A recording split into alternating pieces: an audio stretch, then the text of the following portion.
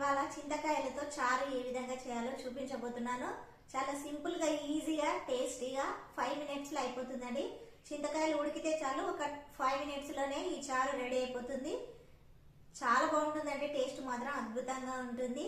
ఇక లేట్ చేయకుండా ప్రాసెస్ లోకి వెళ్ళిపోదాం, వచ్చేసేయండి. మరి అయితే ముందుగా ఈ చింతకాయలు తీసుకోవాలి. ఇలా చింతకాయలు తీసుకొని వాటర్ లో క్లీన్ చేసుకోవాలి. ఇలా బాగా క్లీన్ చేయాలండి చింతకాయలను వాటర్లో. ఇలా క్లీన్ చేసిన తర్వాత ఇందులో వాటర్ పోసుకోవాలి.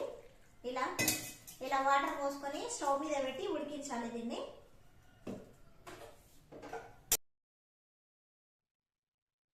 దీనిపైన మూత పెట్టి ఉడికించాలండి. ఇవి ఉడికితే చాలు, చాలా తొందరగా అయిపోతుంది.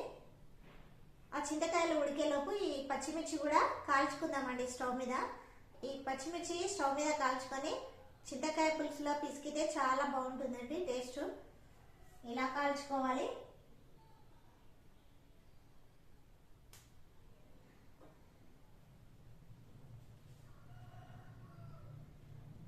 ఇలా కాల్చుకుంటే రెండు ఒకసారి అయిపోతుంది. చూసారు కదా, ఈ విధంగా కాల్చి పక్కకు పెట్టుకోవాలి. పచ్చిమిర్చి ఒక 4 తీసుకున్నానండి. ఇవి కాసేపు పక్కకు పెట్టేద్దాం. ఇంతలోపు చింతకాయలు ఉడకాలి. చింతకాయలు అయితే ఉడికినాయి, చూసారు కదా. ఇలా తొక్క వేరేందండి చింతకాయకి. ఇలా ఉడికితే సరిపోతుంది. ఇలాగే దీన్ని పక్కకు పెట్టి చల్లారనివ్వాలి. ఇది కంప్లీట్ గా చల్లారిందండి, బాగా చల్లగా అయిపోయింది. ఇలా చల్లగైన వాటిని ఇలా పిసుకోవాలి. ఇలా బాగా రసం వేరు చేయాలి.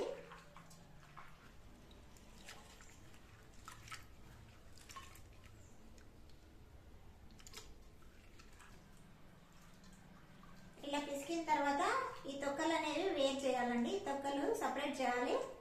ఈ పులుసును వేరే బౌల్లోకి ఇలా పోసుకోవాలి, ఫిల్టర్ చేసుకోవాలి.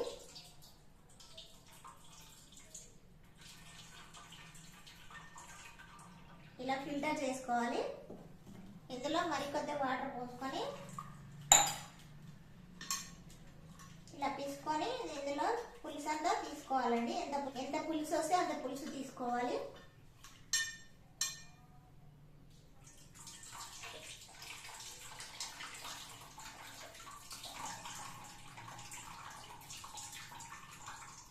చూసారు కదా, ఇలా తొక్కలుంటే తీసేయాలండి.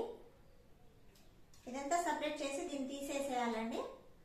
ఇలా పులుసు తీసిన తర్వాత ఇందులో కొద్దిగా వాటర్ యాడ్ చేసుకోవాలి. ఎందుకంటే బాగా పుల్లగా ఉంటుంది కాబట్టి కొద్దిగా వాటర్ యాడ్ చేయాలి. నేనైతే 1 గ్లాస్ వాటర్ యాడ్ చేశాను. ఈ యాడ్ చేసిన ఈ పులుసులో మనం ముందుగా కాల్చి పెట్టుకున్నాం కదా పచ్చిమిర్చి, ఇది వేసుకోవాలి. ఇందులో పచ్చిమిర్చి వేయాలి. అదేవిధంగా ముందుగానే ఇలా పొడవుగా ఒక ఉల్లిపాయ కట్ చేసి పెట్టుకున్నాను. ఇలా కట్ చేసి పెట్టుకున్న ఉల్లిపాయ కూడా, పచ్చి ఉల్లిపాయనే ఇందులో వేయాలి. ఇలా వేస్తేనే టేస్ట్ బాగుంటుంది చింతకాయ చారుకి. ఇలా పచ్చి ఉల్లిపాయలు కూడా వేయాలి. ఇలా వేసి ఈ రెండింటిని ఇలా ఈ చారులో ఇలా పిసకాలండి. పచ్చిమిర్చిని కూడా బాగా ఇలా పిసికితే టేస్ట్ అనేది సూపర్ గా ఉంటుంది. ఇలా పిసకడం వల్లనే ఈ చారు అనేది సూపర్ టేస్ట్ ఉంటుందండి. ఇలా బాగా పిసకాలి. పచ్చిమిర్చితో పాటు ఉల్లిపాయను కూడా ఇలా మెదపాలి బాగా. ఈ ఫ్లేవర్ అంతా చారులోకి వెళ్ళి టేస్ట్ అనేది బాగుంటుంది.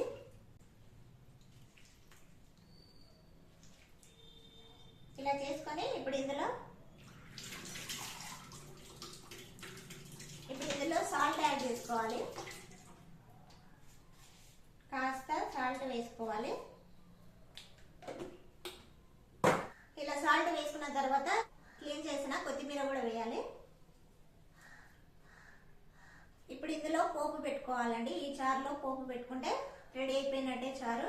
ఇలా చిన్న రోట్లో వేసుకొని కచ్చపచ్చగా దంచుకోవాలి వెల్లుల్లిపాయలు.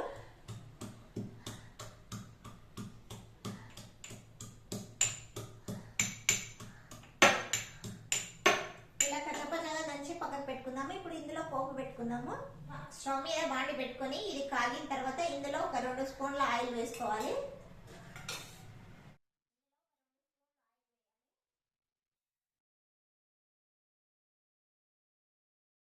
ఈ ఆయిల్ కాగిన తర్వాత ఇందులో కొద్దిగా ఆవాలు వేసుకోవాలి. అదేవిధంగా కొద్దిగా జీలకర్ర కూడా వేసుకోవాలి. ఇలా వేసుకున్న తర్వాత మనం పచ్చపచ్చగా దంచి పెట్టుకున్నాం కదా వెల్లుల్లిపాయలు, ఈ వెల్లుల్లిపాయలు కూడా వేయాలండి ఇందులో.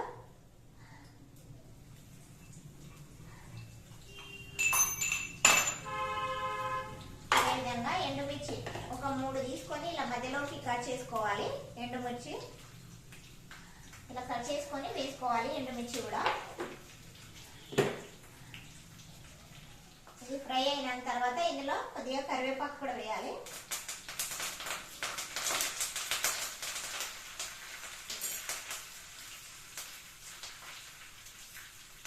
కరివేపాకు వేసిన తర్వాత పసుపు యాడ్ చేయాలండి కొద్దిగా.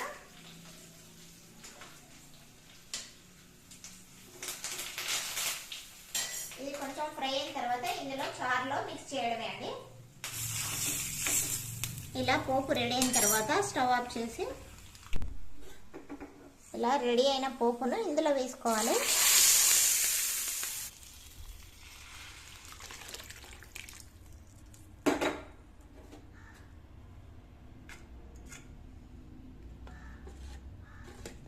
ఇలా పోపు ఇందులో వేసుకొని బాగా కలుపుకోవాలండి. చూసారు కదా, రెడీ అయిపోయింది పచ్చి పులుసు. ఇలా కలుపుకుంటే రెడీ అయిపోయిందండి పచ్చి పులుసు. చాలా టేస్ట్గా ఉంటుంది వేడి వేడి రైస్లో.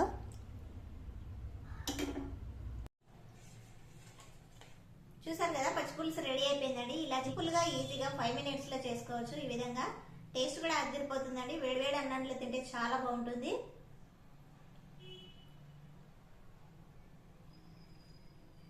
నాకైతే ఉట్టి చారే తాగాలనిపిస్తుంది. చాలా టేస్ట్గా ఉంది. మీరు కూడా ఇలా చేసుకొని తినండి, చాలా బాగుంది. ఇలా చేసుకొని ఎలా వచ్చిందో కామెంట్ చేయండి. నా వీడియో నచ్చితే ఒక లైక్ కొట్టి షేర్ చేసి సబ్స్క్రైబ్ చేసుకోండి. Thank you for watching.